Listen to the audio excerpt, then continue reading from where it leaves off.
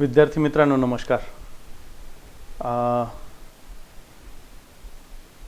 आपला औरंगजेबाचा जो राहिलेला भाग आहे तो भाग 3 म्हणून आज आपण बघणार आहोत. औरंगजेब भाग 3 असा त्याला आपण त्याचा उल्लेख करूया. सम्राट औरंगजेबाचे धार्मिक धोरण हे या मुद्द्याचं नाव आहे. म्हणजे या भागामध्ये आपण औरंगजेबाचं धार्मिक धोरण बघणार आहोत. सम्राट औरंगजेबाने धार्मिक धोरणाच्या बाबतीत असं म्हणता येईल की हिंदू आणि मुस्लिम असा भेद केला. आता एवढा मोठा शासक, संपूर्ण भारत ज्याच्या ताब्यात होता, ज्याच्या मुठ्ठीमध्ये होता, ज्याच्या टाचेखाली दबला होता, असाही शब्द वापरायला काही हरकत नाही. एवढा मोठा भारत ज्याच्या मुठ्ठीत आहे असा औरंगजेब, साहजिकच त्याला असं वाटत होतं की संपूर्ण भारत हा जो हिंदू देश आहे तो इस्लाम बनला पाहिजे. त्यालाच मी वर जे स्ट्रीपमध्ये लिहिलेलं आहे, दार उल हर्बला दार उल इस्लाम बनविणे. म्हणजे हा हिंदू देश आहे, याला म्हणजे गैर मुस्लिम देश आहे, याला इस्लामी देशात त्याचं रूपांतर करणे हा एक उद्देश त्याचा होता. म्हणजे अनेक उद्देश जी होती त्याची, त्यापैकी एक उद्देश होता. कारण की त्याला स्वतःचा धर्म पक्का करायचा होता. म्हणजे इस्लाम धर्म हा पक्का करणे हा उद्देश होताच. सोबत सोबत जो इथे गैर मुस्लिम देश आहे त्याला मुस्लिम देश बनवणे हा सुद्धा त्याच्या मागचा त्याचा उद्देश होता. हे उद्देश समोर ठेवून त्याने धार्मिक धोरण अवलंबिलेलं दिसून येतं. शहाजहानच्या काळात हिंदू द्वेषाचं धोरण सुरू झालं असं म्हणता येईल, पण त्याचं स्वरूप थोडं कमी प्रमाणात आपल्याला दिसून येते. पण औरंगजेब हा कट्टर सुन्नी होता आणि तो कुराणाप्रमाणे चालत होता. आणि त्यामुळे ज्या पद्धतीने कुराणाचं विवेचन आहे, ज्या पद्धतीने कुराण सांगतो, त्या पद्धतीने तो आपलं राज्य चालविण्याचा प्रयत्न औरंगजेब करतो. आणि त्यामुळे त्याचा जो उद्देश होता की बा दारुल हर्बला दारुल इस्लाम बनविणे, तर ही त्याची काळाची गरजही असावी. कारण की आसपासचा परिसर त्याने जवळजवळ पूर्ण जिंकलेला होता. आणि त्याच्यानंतर आता त्याला हिंदूंना, त्याला तुम्ही गैर मुस्लिम म्हणा, काफिर म्हणा, असे शब्द वापरलेले आहेत. तर कोणतेही राजकीय आणि आर्थिक अधिकार किंवा सवलती द्यायच्या नाही, हाही एक धोरणाचा भाग होता सम्राट औरंगजेबाच्या. अशी भूमिका त्याची ठरली आणि त्यामुळे हिंदूंची प्रतिष्ठा आता पणाला लागली असंही म्हणता येईल. आणि त्यामुळे त्याला आता हिंदूंच्या रीतिरिवाजांवर प्रतिबंध घालायचा आहे. सोबतच जे मुस्लिम आहेत रीतिरिवाजांचं पालन करतात किंवा नाही ते पण बघायचं आहे. मग हे बघण्यासाठी त्याने एका खास व्यक्तीची नियुक्ती केली. त्याला मुहतसिब असं म्हणतात. मुहतसिब नावाचा तो अधिकारी होता. कुराणानुसार ज्या सगळ्या गोष्टी आहेत, म्हणजे 5 वेळा नमाज पढणे आहे किंवा मग तुम्हाला रोजा करणे आहे, तर या सगळ्या गोष्टी लोक करतात किंवा नाही करत, याच्यावर लक्ष ठेवण्यासाठी सुद्धा एक अधिकारी नेमलेला होता. त्याला मुहतसिब असं म्हणतात. तर मग आता कुराणामध्ये अनेक गोष्टी सांगितलेल्या आहेत, जसं की गाणं वाजवणे किंवा संगीत आहे हे नको, तर ते त्याने बंद केलं. झरोका दर्शन, म्हणजे अकबराच्या काळातही या घटना घडल्या की अकबर स्वतः बाहेर येऊन झरोका दर्शन द्यायचा. सम्राटाची तुलादान केल्या जात होती. अशा सगळ्या प्रथा त्याने बंद करून टाकल्या. त्याचबरोबर हिंदूंची मंदिरांची जी बांधकामं होती ती सगळी त्याने बंद करून टाकलेली आपल्याला दिसून येतात. असं सगळ्या गोष्टी एक एक एक एक करत त्याने आपल्या आज्ञा त्याने पारित केल्या आणि हळूहळू त्याने हिंदूंवर बंधनं आणायला सुरुवात केली.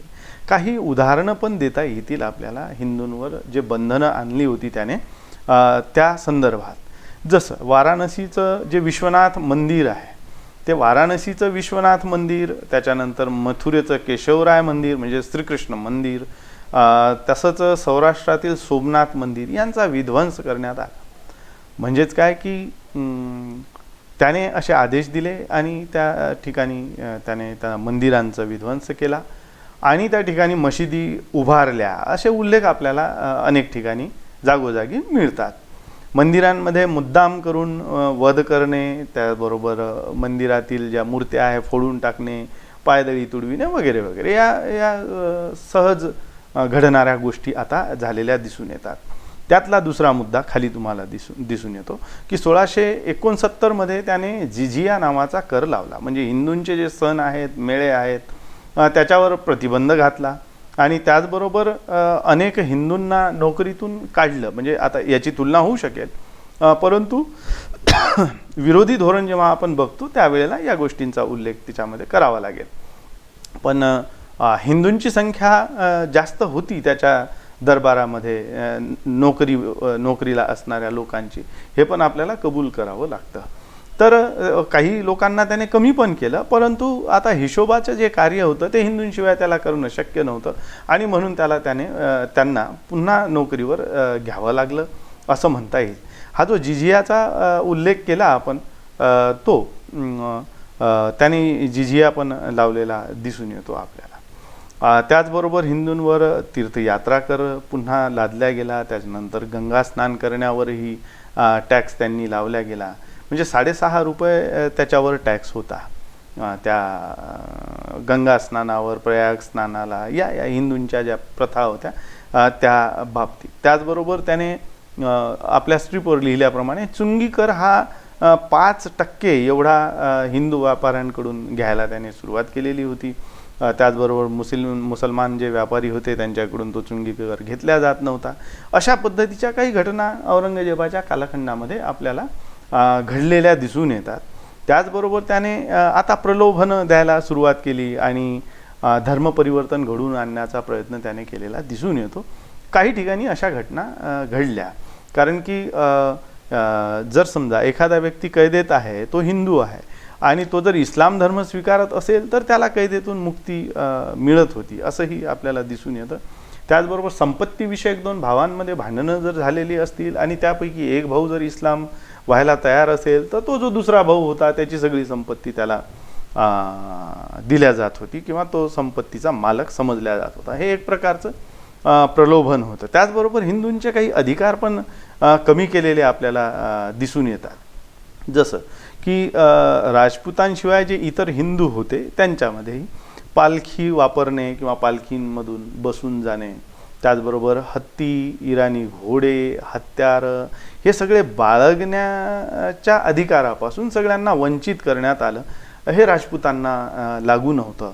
इतरांना मात्र या गोष्टी त्यांनी लागू केलेल्या दिसतात. याचा अर्थ हा होतो की औरंगजेबाने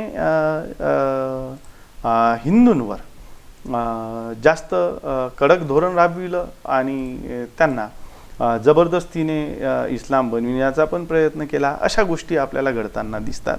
आता हे जे धार्मिक धोरण त्याने राबविलं, धर्म परिवर्तन घडविणे, हिंदूंची मंदिरं पाडणे वगैरे वगैरे अशा पद्धतीचं जे आपल्याला दिसतं, तर याच्यावर जे प्रतिक्रिया आल्यात समाजातून किंवा इतर याच्यातून ज्या प्रतिक्रिया आल्या त्या फार भयंकर होत्या.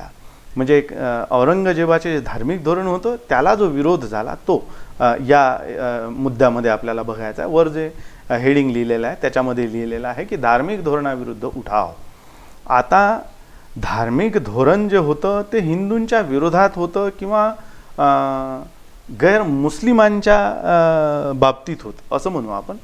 कारण की जे धोरण होतं ते जे गैरमुस्लिम आहेत त्याला लागू होणारं होतं. म्हणजे सरसकट हिंदू किंवा या अर्थाने नाही, तर मग ते जैन असतील, बौद्ध असतील किंवा इतर असतील, या सगळ्यांना हे नियम असे लागू करण्यात आले होते. त्यामुळे सरळ सरळ आपण हिंदू आणि मुस्लिम असं म्हणण्यापेक्षा बाकीच्यांना पण हे नियम त्याने लागू केले होते असं आपण म्हणू शकू.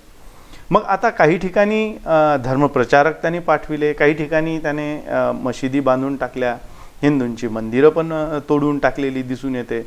मग असं जेव्हा व्हायला लागलं तेव्हा आपसात हा वाद वाढायला लागला. याच्यावर हिंदूंची पण प्रतिक्रिया यायला लागली.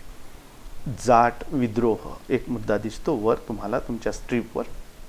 जाटांचा विद्रोह. जाटांनी याला विरोध दर्शविला आणि विरोध करायला सुरुवात केली.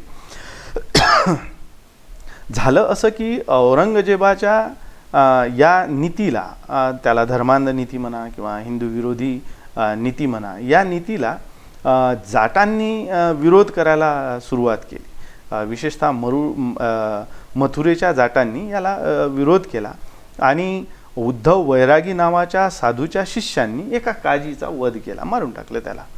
कारण त्या साधूला म्हणजे का मारलं बा त्या याला काजीला, तर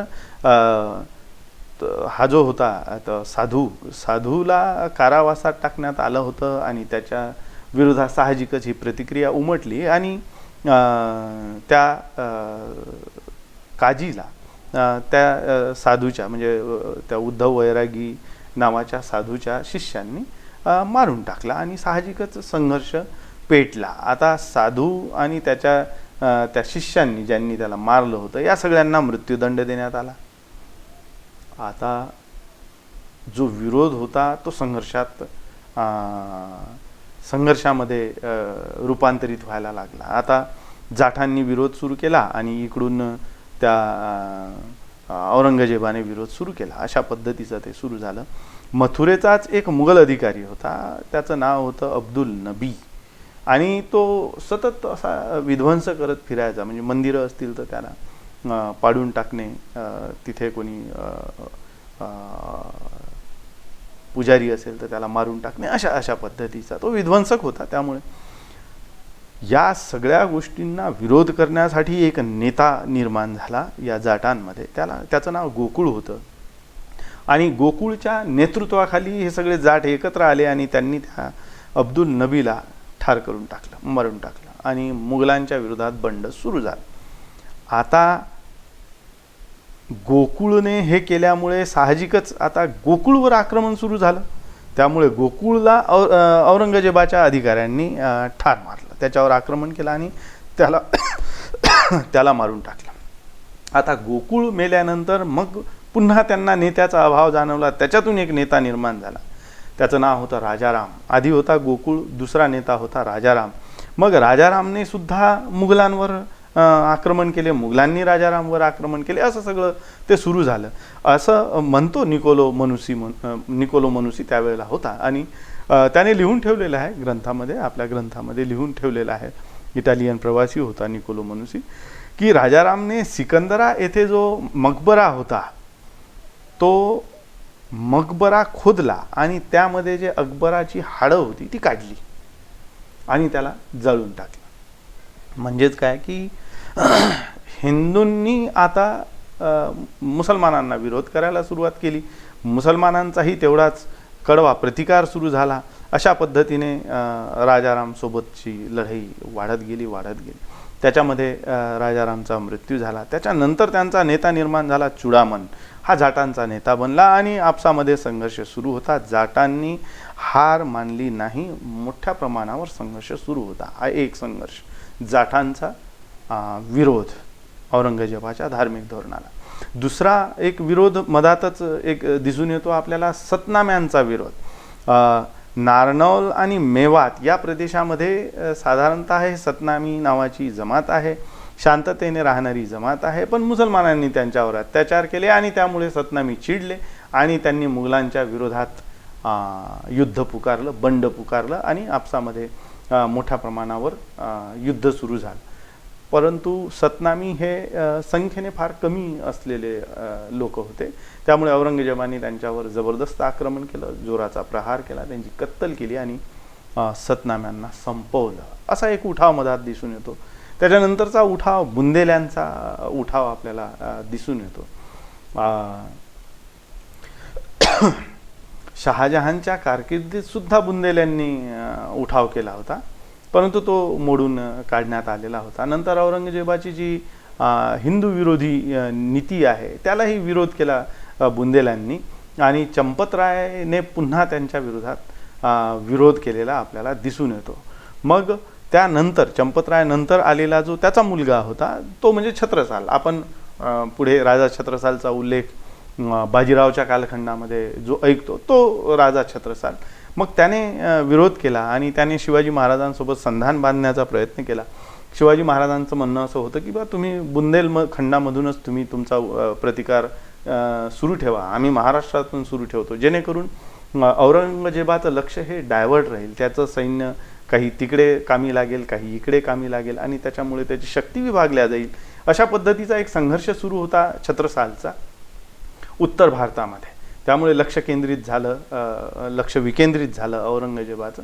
शेवटी बुंदेलखंडाच्या बाबतीत औरंगजेबाला त्या राजा छत्रसालसोबत तह करावा लागला आणि शेवटी तो संघर्ष अशा पद्धतीने तिथे थांबवावा लागला आणि त्याच काळात हा राजा छत्रसाल स्वतंत्र शासक म्हणून बुंदेलखंडामध्ये उदयाला आलेला दिसून येतो. त्याच्यानंतरचा प्रतिकार हा शिखांचा, तिसऱ्या नंबरवर जो तुम्हाला दिसतो शिखांचा प्रतिकार, हा प्रतिकार अत्यंत कडवा होता. म्हणजे सगळ्यात जास्त नुकसान जर कोणी केलं असेल तर शिखांनी केलेलं आहे. मुघल राजवटीचं किंवा मुघल राजवटीला खिळखिळी करण्याचं काम जर कोणी केलं असेल तर ते शिखांनी केलेलं आहे. शिखांचा पाचवा गुरु अर्जुन देव. अर्जुन देवाने सर्वात प्रथम शिखांना लष्करी स्वरूप दिलं आणि स्वतःचं सैन्य आणि दरबार भरवायला सुरुवात केली अशा पद्धतीचा. आणि तेव्हापासून शीख आणि मुघल हे शत्रुत्व निर्माण झालेलं दिसून येते आणि औरंगजेबाच्या काळात ते थोडंसं टोकाला गेलेलं दिसून येते. गुरु अर्जुन देवानंतर त्यांचाच मुलगा हरगोविंद हा शिखांचा 6वा गुरु बनला. त्याच्यावर जहांगीरने जे पूर्वी त्याच्या पित्यावर लावलेला दंड होता तो भरण्यासाठी सक्ती केली. हरगोविंदने नकार दिला आणि त्याच्यावर मग त्यांच्यामध्ये वाद झाला, युद्ध सुरू झालं आणि म्हणून 12 वर्षासाठी ग्वाल्हेरच्या किल्ल्यामध्ये त्याला बंदिवासात ठेवण्यात आलं. कोणाला? गुरु हरगोविंद सिंहाला किल्ल्यामध्ये ठेवण्यात आलं आणि 1645 मध्ये काश्मीरातच मग त्या गुरु हरगोविंद सिंहाचा मृत्यू झाला. मग जेव्हा औरंगजेबाच्या कालखंडामध्ये हिंदूंना जबरदस्तीने मुसलमान बनविल्या जाऊ लागले त्यावेळेला मग गुरुद्वारांचाही विध्वंस केला गेला. म्हणजे साहजिकच आहे, मग मंदिरं पाडल्या गेली तर मग गुरुद्वारे पण पाडल्या गेले. असं जेव्हा झालं तेव्हा शिखांचा 9वा गुरु तेग बहादूर सिंग याने कडवा प्रतिकार सुरू केला आणि युद्ध सुरू झाले. शीख मुघल संघर्ष हा एक मोठा संघर्ष आहे, दीर्घकाळ चालणारा या कालखंडामधला. आणि गुरु तेग बहादुरांनी एक जबरदस्त संघर्ष त्याच्या विरोधात केला. मग गुरु तेग बहादूर पकडला गेला आणि मग गुरु तेग बहादूरला औरंगजेबाने ठार मारलं आणि त्याच्यानंतर गुरु तेग बहादुरांचा मुलगा शिखांचा 10वा गुरु गोविंद सिंह म्हणून प्रसिद्धीला आला आणि गुरु गोविंद सिंहाने पुढे ते नेतृत्व पत्करला आणि लढा सुरू ठेवला. मग हा संघर्ष खूप मोठ्या प्रमाणावर वाढला. याच गोविंद सिंहाने शीख संप्रदायाला एक मोठी देण दिली आणि त्याच्यामध्ये 5 ककार याचा उल्लेख येतो. 5 ककार म्हणजे काय तर क पासून सुरू होणाऱ्या 5 वस्तू स्वतःच्या जवळ ठेवणे. जसं केश म्हणजे डोक्यावर केस वाढवणे, केश म्हणजे पहिला क. कृपान म्हणजे ती जे जवळ असलेली अशी कट्यार ते वापरतात ती केश कृपान. कच्छ डोक्यामध्ये घालण्याचा तो कच्छ असतो. त्याच्यानंतर कडा असतो हातामध्ये कडा आणि त्याच्यानंतर कंगवा. अशा पद्धतीच्या 5 गोष्टी, 5 ककार असं त्याला म्हणतात. हे 5 ककार वापरण्याचं गुरु गोविंद सिंहांनी सांगितलं आणि शिखांसोबत शीख आणि मुसलमान यांच्यामध्ये मोठा संघर्ष कंटिन्युअसली सुरू होता. पुढील काळामध्ये मग जेव्हा गुरु गोविंद सिंह दक्षिण भारताकडे आले त्यावेळेला गोदावरी काठीच गुरु गोविंद सिंहाला नांदेड येथे जीवाने ठार मारलं. एका पठाणाने त्यांच्यावर हल्ला केला आणि 1708 मध्ये गुरु गोविंद सिंह मारले गेले. म्हणजे हा एक दीर्घ संघर्ष आता त्यांचा सुरू होता आणि त्या दीर्घ संघर्षामध्ये गुरूंची ही परंपरा तिथे खंडित झालेली दिसून येते. मग पुढे बंदा बैरागी आला वगैरे हे सगळं सुरू होतं. म्हणजे तो उठाव झाला आणि शिखांचा प्रतिकार सुरू आहे. म्हणजे जाटांचा प्रतिकार सुरू आहे, सतनाम्यांचा प्रतिकार सुरू आहे, बुंदेल्यांचा सुरू आहे, शिखांचा सुरू आहे. आता राहिले कोण तर राजपूत. मग राजपूतांनी पण संघर्ष केला. एकतर राजपूत आणि मुघल सम्राट हे सगळे मित्रत्वाचे संबंध बाळगणारे आणि ठेवणारे असे होते.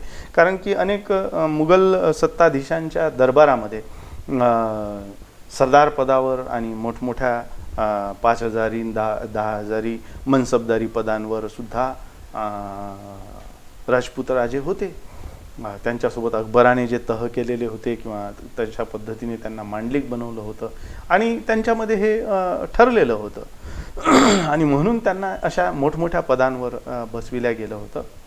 परंतु आता अकबराचं जे धोरण आहे ते फार कट्टर झालं. औरंगजेबाचे जे धोरण आहे ते फार कट्टर झालं आणि त्यामुळे औरंगजेब आता राजपुतांना सुद्धा विरोध करायला त्याने सुरुवात केली. आता मारवाडचा राजा जसवंत सिंह हा अफगाणिस्तानमध्ये औरंगजेबाच्या वतीनेच लढण्यासाठी गेला. औरंगजेबाच्या वतीने लढण्यासाठी गेला, परंतु त्याचा मृत्यू झाला. आता त्याचा मृत्यू झाल्याने औरंगजेबाला फार आनंद झाला, कारण की औरंगजेबाने लगेच काय केलं, त्याचा मृत्यू झाल्याबरोबर मारवाडच्या राज्यामध्ये जिजिया वसुलीचे आदेश दिले, स्वतःचे अधिकारी पाठवले आणि मारवाडचं राज्य विलीन करण्याचा प्रयत्न केला. यामुळे राठोड जे होते तिथले दुर्गादास राठोड, आता हा नवीन चेहरा समोर येतो, दुर्गादास राठोड त्यामुळे फार चिडला आणि दुर्गादासाने आता संघर्षाचं नेतृत्व आपल्या हाती घेतलं. त्याला जी धार आली ती यामुळे आली की जसवंत सिंहाचा जो मुलगा होता अजित सिंह, या अजित सिंहाला औरंगजेबाने निरोप पाठवला की राज्य जर पाहिजे असेल तर तुम्हाला इस्लाम धर्म स्वीकारावा लागेल. आता ज्या इमाने इतबारे जसवंत सिंहाने औरंगजेबाची सेवा केली त्याचं इनाम काय मिळालं त्यांना, तर इस्लाम धर्म स्वीकारण्यासाठी भाग पाडायला औरंगजेबाने सुरुवात केली. पण या गोष्टीची जबरदस्त चीड दुर्गादास राठोडला आली आणि त्याने औरंगजेबाला विरोध करायला सुरुवात केली. सगळ्या राजपुतांना एकत्रित केलं आणि त्याने युद्ध सुरू केलं औरंगजेबाच्या विरोधात. अशातच या राजपुतांचा विद्रोह नष्ट करण्यासाठी औरंगजेबाने आपला मुलगा अकबर याला राजस्थानला पाठवलं, म्हणजे राजपुतान्यामध्ये पाठवलं. त्याला जबाबदारी दिलेली होती की मारवाडचं राज्य कसंही करून आपल्या अधिकाराखाली घ्यायचं आहे. आता तो जेव्हा तिथे गेला अकबर, तेव्हा त्याने सगळी परिस्थिती पाहिली, राजपुतांचं काय म्हणणं आहे ते ऐकलं, सगळ्या गोष्टी ऐकल्या. त्याच्यात त्याला स्वतःच्या पित्याची चूक लक्षात आली आणि म्हणून त्याने राजपुतांना सहाय्य देण्याचं ठरवलं. आता या सगळ्या बाबी औरंगजेबाला माहीत पडल्या आणि औरंगजेबाने आपल्याच मुलाच्या विरोधात आता कारवाई करायला सुरुवात केली. कारण की अकबर आणि राजपूत हे जर जवळ आले तर औरंगजेब एकटा पडतो किंवा आपलाच मुलगा आपल्याच विरोधात जातो. आणि त्यामुळे औरंगजेबाने एक खलिता लिहिला की आपलं जे ठरलेलं आहे त्याप्रमाणे अकबर तू व्यवस्थित वागतो आहेस, फक्त त्या राजपुतांना या बाबींची माहिती नको होऊ देऊ, अशा पद्धतीचं एक पत्र लिहिलं आणि त्या पत्रामध्ये ही आपलीच चाल आहे जणू काही असं लिहिलं आणि हे पत्र बरोबर दुर्गादास राठोडच्या हाती पडेल अशा पद्धतीने पाठवलं. तो जो संदेशवाहक होता त्याने ते पत्र नेलं आणि तो पकडल्या गेला आणि बरोबर ते पत्र दुर्गादास राठोडच्या हाती पडलं. मग आता त्या राजपुतांचा विश्वास अकबरावर कसा बसेल, त्यामुळे अकबराला आता पळताभुई थोडी झाली. कारण की अकबर ना औरंगजेबाच्या जवळचा राहिला ना राजपूतच्या जवळचा राहिला, त्याला पळण्याशिवाय पर्याय नव्हता आणि तो पळाला दक्षिण भारताकडे. आणि दक्षिण भारतामध्ये त्यावेळेला छत्रपती शिवाजी महाराजांचा मृत्यू होऊन संभाजीराजे सत्तेमध्ये आलेले होते. म्हणजे अशा पद्धतीचा राजपुतांच्या विरोधातला एक संघर्ष तो एक सुरू होता. म्हणजे वेगवेगळे जे उठाव झाले, यामध्ये जाटांचा उठाव, सतनाम्यांचा उठाव, बुंदेल्यांचा उठाव, शिखांचा उठाव, राजपुतांचा उठाव आणि आता मराठ्यांचा उठाव. जोपर्यंत शिवाजी महाराज सत्तेमध्ये होते तोपर्यंत औरंगजेब दक्षिण भारतामध्ये आलेला दिसत नाही. छत्रपती शिवाजी महाराजांनी हिंदवी स्वराज्य स्थापन केलं. मग पुढील काळात काही संघर्ष पण झाले, मुघल दरबारासोबत पण संघर्ष झालेले दिसून येतात. त्याच्यामध्ये शाहिस्ते खान आला होता, त्याच्या हाताची बोटं कापल्या गेली मिर्झाराजे जयसिंह दक्षिण भारतात आला, पुरंदरचा तह झाला आणि त्या पुरंदरच्या तहानुसार हे ठरलं की शिवाजी महाराज औरंगजेबाच्या भेटीला आग्र्याला जाईल आणि त्याप्रमाणे शिवाजी महाराज गेले सुद्धा आणि कैदेमध्ये पडले. या गोष्टी सगळ्या आपल्याला माहिती आहे. कैदेमध्ये पडले आणि संभाजीला घेऊन ते सोबत होते. त्याच्यानंतर ते परत आले, सुटका केली त्यांनी स्वतःची तिथून. अशा पद्धतीने शिवाजी महाराज त्या औरंगजेबाच्या कचाट्यातून सुटले आणि हिंदवी स्वराज्याला त्यांनी मजबूत बनवलेलं आपल्याला दिसून येते. परंतु 1680 मध्ये शिवाजी महाराजांचा मृत्यू झाला. आता शिवाजी महाराजांच्या नंतर दक्षिण भारतात हिंदवी स्वराज्यामध्ये कलह सुरू झाला. म्हणजे संभाजी महाराज सत्तेमध्ये आले आणि वाद सुरू झाला होता त्यांचा. आणि तो जो अकबर होता राजपुतान्यामध्ये, आत्ताच मी म्हटलं त्याप्रमाणे अकबर दक्षिण भारताकडे आला, तो संभाजीकडे आला. तर राजा संभाजी अंतर्गत संघर्षामध्ये पूर्णपणे रत आहे, म्हणजे अंतर्गत संघर्ष त्यांचा सुरू आहे. तेवढ्यात अकबर दक्षिण भारतात उतरला आणि त्याच्या पाठोपाठ औरंगजेब दक्षिण भारतात उतरला.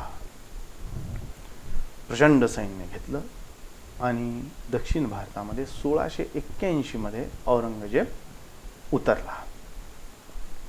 मग हा जो संघर्ष सुरू होता, म्हणजे वरचे सगळे संघर्ष, आता औरंगजेबाला एकच करायचं होतं की मराठ्यांना संपवायचं होतं. आणि त्यासाठी त्याने संभाजी महाराजांच्या विरोधात चारही बाजूने संघर्ष उभा केला. म्हणजे सिद्धीलाही म्हटलं, सिद्धी जोहरलाही म्हटलं की तुम्ही औरंगजेबाच्या संभाजी महाराजांच्या विरोधात तुम्ही कार्यवाही करा. सोबतच पोर्तुगीजांनाही त्यांनी भडकवलं. अशा पद्धतीने चारही बाजूने छत्रपती संभाजी राजांना वेढण्याचं काम त्यांनी केलं. झालं असं की हा संघर्ष सुरू असताना, औरंगजेब हा संघर्ष सुरू असतानाच संभाजी महाराज पकडले गेले आणि 1689 मध्ये संभाजी महाराजांना हाल करून मारण्यात आलं. मग त्यामध्ये त्यांचे डोळे फोडण्यात आले, जीभ कापण्यात आली वगैरे वगैरे, असं सगळं वर्णन त्याचं आपल्याला सापडतं. तर अशा पद्धतीने मारल्या गेले संभाजी महाराज. याची प्रतिक्रिया मराठ्यांमध्ये एवढी जबरदस्त उमटली की जे मराठे एकत्र येत नव्हते आता ते आले आणि एक सारखा सलग 25 वर्ष हा संघर्ष सुरू राहिला औरंगजेबाच्या मृत्यूपर्यंत. म्हणजे संभाजी महाराजांचा मृत्यू झाला आणि संभाजी महाराजांच्या मृत्यूनंतर मग राजाराम सत्तेमध्ये आला, मग राजारामानंतर ताराबाई सत्तेमध्ये आली आणि हे सगळं सुरू राहिलं. संताजी धनाजींचाही उल्लेख आपल्याला त्याच्यामध्ये करावा लागेल. मराठे घराघरातून लढले आणि त्याच्यामुळे औरंगजेबाला आता मराठ्यांचं राज्य जिंकणं शक्य नव्हतं. अक्षरशः 25 वर्ष झालेली होती त्याला उत्तर भारत सोडून दक्षिण भारतात येण्याला आणि तो तरीही परत जाऊ शकला नाही. त्याचे जे तरुण सैन्य होतं ते आता म्हातारं झालेलं होतं, कारण की 25 वर्ष झालेली होती. जो 25 वर्षाचा व्यक्ती तो घेऊन आला असेल लढण्यासाठी तर तो 50 वर्षाचा झालेला होता. जो व्यक्ती 30 वर्षाचा तिकडून आलेला होता तर इकडे 55 वर्षाचा झालेला होता. त्यामुळे आता त्यांचा जे संघर्ष होतं ते थांबायचं नाव घेत नव्हतं आणि मराठ्यांचा प्रतिकार मात्र जबरदस्त सुरू होता. त्यामुळे आता औरंगजेब परत जाऊ शकला नाही आणि 1707 मध्ये औरंगजेबाचा मृत्यू दक्षिण भारतातच झाला. तो परत जाऊ शकला नाही असं म्हणता येईल. 1707 मध्ये अहमदनगर येथे औरंगजेबाचा मृत्यू झाला आणि तो यानंतर उत्तर भारतात कधीही जाऊ शकला नाही. हे विशेष होतं. आता या औरंगजेबाचे जे आक्रमण झालं होतं दक्षिण भारतावर आणि त्याचं जे धार्मिक धोरण होतं, या धार्मिक धोरणाचे दूरगामी परिणाम झालेले आपल्याला दिसून येतात. कारण की औरंगजेबाने दूरदृष्टी न ठेवून जे आक्रमण सुरू केलेलं होतं त्या आक्रमणामुळे पहिला परिणाम हा झाला की छोट्या छोट्या ज्या जमाती होत्या त्या त्यापासून दूर झाल्या. दुसरा परिणाम असा झाला की जे राजपूत त्यांच्या पाठीमागे खंबीरपणे उभे होते, त्या राजपूतांच्या हे लक्षात आलं की आपल्यासाठी मुघल सत्ता उपयोगाची नाही, किंवा औरंगजेबासारखा जेव्हा एखादा शासक येतो त्यावेळेला तो आपल्याला नष्ट करू पाहतो आणि आपला धर्म तो धोक्यात टाकतो. त्यामुळे तेही त्यांच्यापासून दूर गेले. शीख होते तर शीखही त्यांच्यापासून दूरच होते. त्यांच्यासोबतही मोठा संघर्ष त्यांचा झाला. म्हणजे अशा ज्या वेगवेगळ्या जमाती होत्या त्या त्यांच्यापासून दूर झाले आणि एक मोठा फटका औरंगजेबाच्या शासनाला बसला असं म्हणता येईल. राजपुतांचा पाठिंबा आता नष्ट झाला. सतत जे युद्ध सुरू होतं, या सततच्या युद्धामुळे औरंगजेबाची आर्थिक परिस्थिती फारच नाजूक झाली आणि त्यामुळे औरंगजेबाचा जो खजिना होता तो रिकामा झाला असं आपल्याला म्हणता येईल. म्हणजे त्याच्या धार्मिक धोरणामुळे किंवा त्याच्या धार्मिक नीतीमुळे अशा पद्धतीचे सगळे परिणाम झालेले दिसतात. औरंगजेबाला कधीही न आवरता येणारे बंड सुरू झाले, हे एक परिणाम त्याच्या धार्मिक धोरणाचा आपल्याला दिसून येते.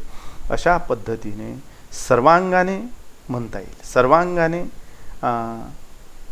औरंगजेबाचं जे राज्य होतं ते खिळखिळं बनलं त्याच्या धार्मिक धोरणामुळे आणि त्याच्या या युद्धनीतीमुळे असं आपल्याला म्हणता येईल. पुढच्या भागामध्ये मुघल साम्राज्याच्या पतनासाठी सम्राट औरंगजेब कितपत जबाबदार होता किंवा तोच जबाबदार होता का, या विषयावर आपण चर्चा करणार आहोत. इथे थांबू.